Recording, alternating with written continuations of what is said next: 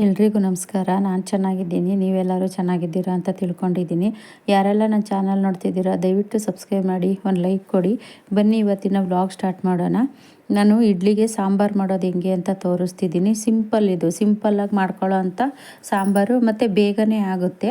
ನೋಡಿ, ಒಂದು 4 ಟೊಮೊಟೊ, ಈರುಳ್ಳಿ, ಹಸಿರು ಮೆಣಸಿನ್ಕಾಯಿ ಮತ್ತು ಸ್ವಲ್ಪ ಚಿಲ್ಲಿ ಪೌಡ್ರು, ಒಗ್ಗರಣೆಗೆ ಎಣ್ಣೆ ಮತ್ತು ಜೀರಿಗೆ ಮತ್ತು ಸ್ವಲ್ಪ ಧನಿಯಾ ಪೌಡ್ರು, ಉಪ್ಪು, ಸ್ವಲ್ಪ ಕಡಲೆ ಹಿಟ್ಟು, ಸ್ವಲ್ಪ ಬೆಳ್ಳುಳ್ಳಿ, ಇಷ್ಟೇ ಬೇಕಾಗಿರೋ ಅಂಥದ್ದು ಇಡ್ಲಿ ಸಾಂಬಾರು ಮಾಡೋದಕ್ಕೆ. ಇವಾಗ ನಾನು ಇದನ್ನು ಟೊಮೊಟೊ ಮತ್ತು ಮೆಣಸಿನ್ಕಾಯಿ, ಈರುಳ್ಳಿ, ಬೆಳ್ಳುಳ್ಳಿ ಇಷ್ಟು ಅದರೊಳಕ್ಕೇ ಸ್ವಲ್ಪ ಚಿಲ್ಲಿ ಪೌಡ್ರು, ಧನಿಯಾ ಪೌಡ್ರು ಇಷ್ಟೆಲ್ಲನೂ ಹಾಕಿ ನಾವು ನೋಡಿ ಇದನ್ನೆಲ್ಲನೂ ನಾನು ಕುಕ್ಕರಲ್ಲಿ ಹಾಕ್ಕೊತಾ ಇದ್ದೀನಿ. ಇದು ಉಪ್ಪು, ಧನಿಯಾ ಪೌಡ್ರು ಎಲ್ಲನೂ ಹಾಕೋಬೇಕು. ಒಟ್ಟಿಗೆ ಎಲ್ಲ ಹಾಕ್ಕೊಂಡು ಕುಕ್ಕರಲ್ಲಿ ಸ್ವಲ್ಪ ನೀರು ಹಾಕ್ಕೋಬೇಕು. ಸ್ವಲ್ಪ ನೀರು ಹಾಕ್ಕೊಂಡು ಬೇಯೋಕ್ಕಿಡಬೇಕು. ಇನ್ನು ಒಗ್ಗರಣೆಗೆ ಸಪ್ರೇಟ್ ಎತ್ತಿಟ್ಕೊಂಡಿರ್ತೀವಲ್ಲ, ಅದು ಹಂಗೆ ಇರಲಿ.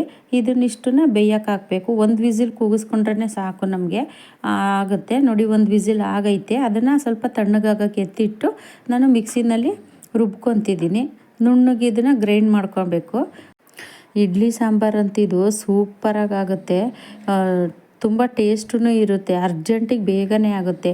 ನೋಡಿ, ನಾನು ರುಬ್ಬಿಕೊಂಡು ಈಗ ಅದು ನೀರಿರುತ್ತಲ್ಲ, ನಾವು ಸಪ್ರೇಟ್ ನೀರು ಎತ್ತಿಟ್ಕೊಂಡಿರ್ತೀವಲ್ಲ ಬೇಯಿಸಿರೋದ್ರಲ್ಲಿ, ಆ ನೀರನ್ನಲ್ಲೇ ರುಬ್ಬಿರೋದನ್ನು ಅದರಲ್ಲಿ ಹಾಕ್ಕೊಂಡು ಕಲಿಸ್ಕೊಂಡು ಇನ್ನು ಒಂದು ಬಾಣಲಿ ಇಟ್ಕೊಳ್ಳೋಣ. ಒಗ್ಗರಣೆಗೆ ಬಾಣಲಿ ಇಟ್ಕೊಂಡು ಸ್ವಲ್ಪ ಎಣ್ಣೆ, ಒಂದೆರಡು ಸ್ಪೂನ್ ಅಷ್ಟಾದರೂ ಸಾಕು ಎಣ್ಣೆ ಹಾಕಿ ಮತ್ತು ಅದಕ್ಕೆ ಸಾಸಿವೆ, ಕರಿಬೇವು. ನಾನು ಕರಿಬೇವು ಹಾಕಿಲ್ಲ, ನೀವಿದ್ದರೆ ಕರಿಬೇವು ಹಾಕೋಬಹುದು.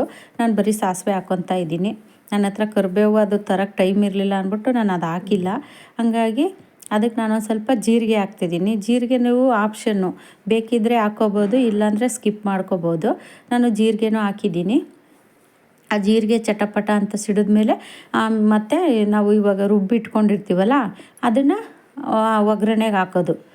ಅದು ಒಗ್ಗರಣೆಗೆ ಹಾಕಿದ್ಮೇಲೆ ಚೆನ್ನಾಗಿ ಕುದಿಬೇಕಿದು. 1-2 ಕುದಿ ಚೆನ್ನಾಗಿ ಬರಬೇಕು.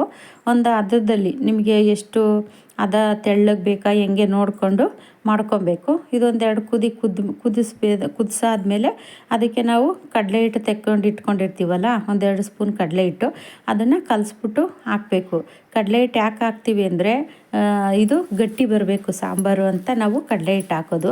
ಯಾಕೆ ಬೇಳೆ ಏನು ಹಾಕಿರಲ್ವಲ್ಲ, ನಾವು ಸಿಂಪಲ್ಲಾಗಿ ತಾನೇ ಸಾಂಬಾರು ಮಾಡ್ಕೊಳೋದು. ಹಂಗಾಗಿ ನಾವು ಕಡಲೆ ಹಿಟ್ಟನ್ನ ಹಾಕ್ತೀವಿ. ಕಡಲೆ ಹಿಟ್ಟು ಹಾಕಿದ್ಮೇಲೆ ಇದು ಒಂದು ಕುದಿ ಬರಬೇಕು. ಒಂದು ಕುದಿ ಬಂದು ಚೆನ್ನಾಗಿ ಬೇಯಬೇಕು. ನೋಡಿ ಎಷ್ಟು ಚೆನ್ನಾಗಿ ಬೆಂದಿದೆ. ಇಡ್ಲಿ ಸಾಂಬಾರು ರೆಡಿಯಾಗಿದೆ. ನೋಡಿ ಎಷ್ಟು ತಿಕ್ನೆಸ್ಸು ಚೆನ್ನಾಗಿದೆ. ನೋಡಿ ತುಂಬ ಚೆನ್ನಾಗಿದೆ, ಸೂಪರಾಗಿರುತ್ತೆ. ಇಡ್ಲಿಗಂತೂ ಅನ್ನದಲ್ಲೂ ನಾವು ತಿನ್ಬೋದು, ಇಡ್ಲಿನೂ ತಿನ್ಬೋದು, ಅಷ್ಟು ಚೆನ್ನಾಗಿರುತ್ತೆ ಸಾಂಬಾರು. ಈ ವಿಡಿಯೋ ಇಷ್ಟ ಆದರೆ ಒಂದು ಲೈಕ್ ಮಾಡಿ, ಸಬ್ಸ್ಕ್ರೈಬ್ ಮಾಡಿ. ಇಲ್ಲಿಗೆ ಈ ವ್ಲಾಗ್ ಮುಗಿಸ್ತಾ ಇದ್ದೀನಿ. ಮುಂದಿನ ವ್ಲಾಗಲ್ಲಿ ಸಿಗ್ತೀನಿ. ಎಲ್ರಿಗೂ ಟೇಕ್ ಕೇರ್, ಬಾಯ್.